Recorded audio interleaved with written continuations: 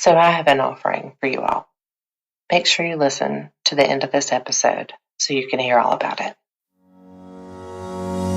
Hey, it's HPG. This is the podcast, Living My Breastless Life, the show where we hear about my journey to heal while battling cancer, being a wife, a toddler mom. We're going to cover all things real life. We learn what it really means to heal no matter what we go through. In Season 1, you will hear some of my story, along with episodes featuring my occasional co-host, Martha, and some badass guests. There will be humor, life hacks, tips and tricks, and further proof that truth can be stranger than fiction.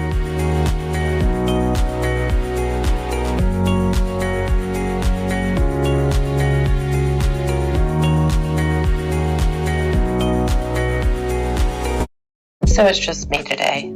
My family has the stomach bug, and I'm holed up in my studio to avoid the germs. So that just felt like a really good opportunity to reflect on chemo and give y'all some thoughts I had during that time. So let's go. Chemo ran over the course of 5 months, 16 total chemo treatments. AC, aka the Red Devil, was given every other week because of its potency and how negatively it impacts your body.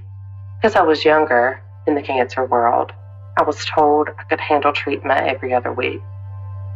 Folks over 60 get this type of treatment every 3 weeks. You can receive 4 of this kind in your lifetime because it's hard on your heart and overall just terrible for your body, but it can help you beat cancer. I share these details because I promised I would be real. I will spare you a lot of my chemo journey because it was long and very hard, y'all. On the way to my first treatment, I took a selfie because I knew this exact version of me would never be the same. When I had my first treatment, my pre-meds to keep me from getting so sick did not work. By 1 p.m. that day of my very first treatment, I felt like I had been on a 7-day bender using alcohol and uppers with no sleep. I also felt like I had licked a metal lamppost and had the type A flu. The months on chemo are lost to me now for the most part. A blur, like a moment froze and lost in time. I recall feeling pretty terrible throughout. Apart from the nausea and vomiting, having bone pain, and being intensely aware that I had a bone marrow. For context, my lower back hurt due to this because the shots I took the day after treatment that reactivated my bone marrow to help with blood counts. I felt as good as one can feel when they're on the strongest chemo offered to cancer patients. I received the next part of my chemo treatment weekly.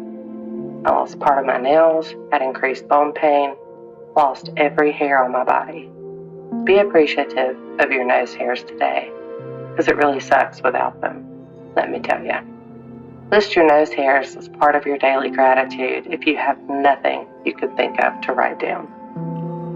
Mar drove me to every chemo treatment and worked from her car. She wasn't allowed to come into the infusion room due to COVID. I dressed really cute for every treatment, wore fun earrings and bright lipstick.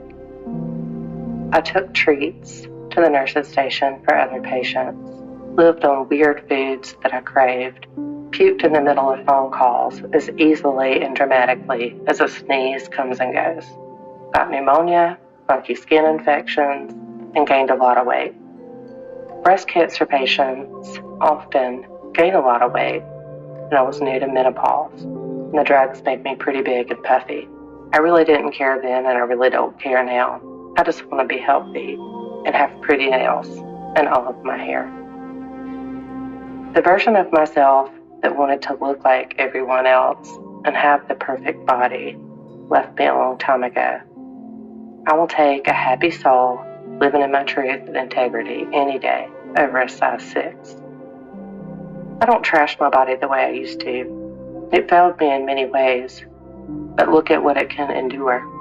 I will say that my skin changes bothered me, so I took a makeup and skincare class and learned how to help it.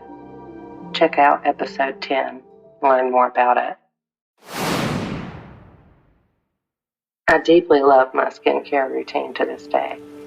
I couldn't remember the steps for shit, but that's why they make post-it notes. Chemo brain was intense. It's starting to get a little bit better.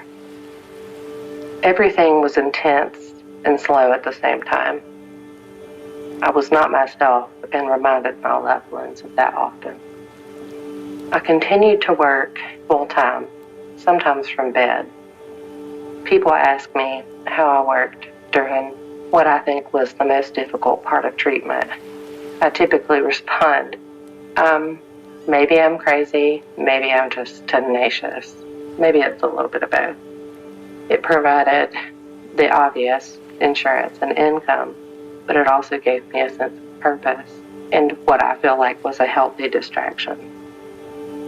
I wanted to be seen as a leader, as a person, not solely as a cancer patient. I continued showing up for myself in various ways. Sometimes I just laid in bed and had a loved one sit on the phone. No talking. I just wanted to know someone was there when Martha and Piper weren't home. I continued showing up for my support calls with No More Wasted Days to get support for myself, but also be in service of others. I continued going to therapy virtually every week, met with my cancer coach, listened to a ton of self-improvement books. I listened to a lot of podcasts and watched a lot of true crime. I showed up for the version of myself that I was at that time the best way I knew how. We went to a little zoo in our town and to a mountain cabin for a long weekend. I made sure that I planned things to look forward to. I didn't want to go down a deep depression ever again like I did at the beginning of the pandemic.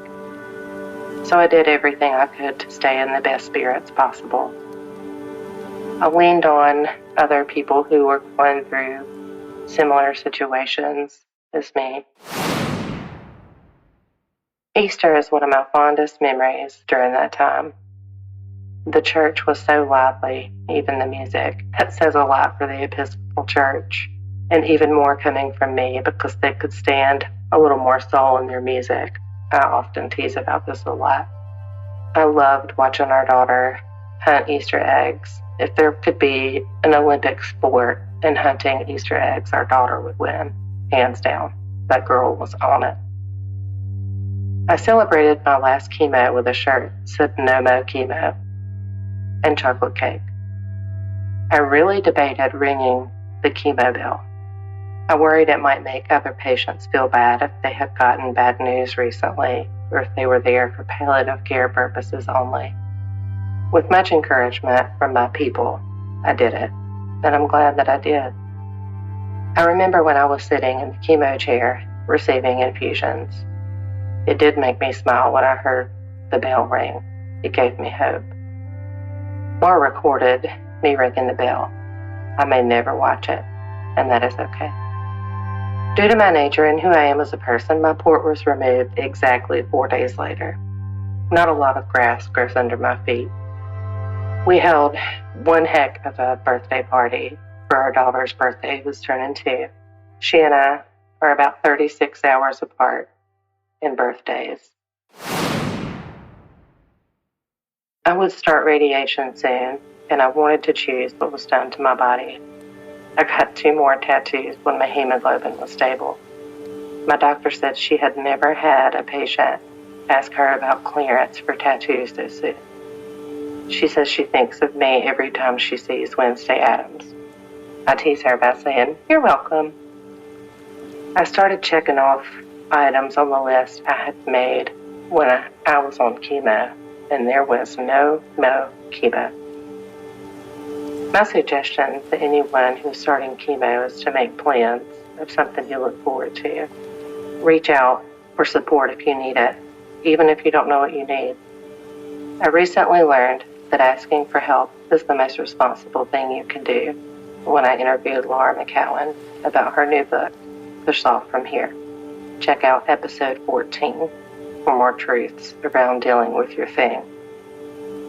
I would say dealing with cancer and treatment is definitely a thing we need to heal from. I have been on a healing journey for a very long time, and that journey became very intense in April of 2021. Even during chemo, I gave that healing journey as much energy and effort as I possibly could. Additionally, Sour Patch Kids are incredibly helpful for nausea and hot flashes, and anxiety of note.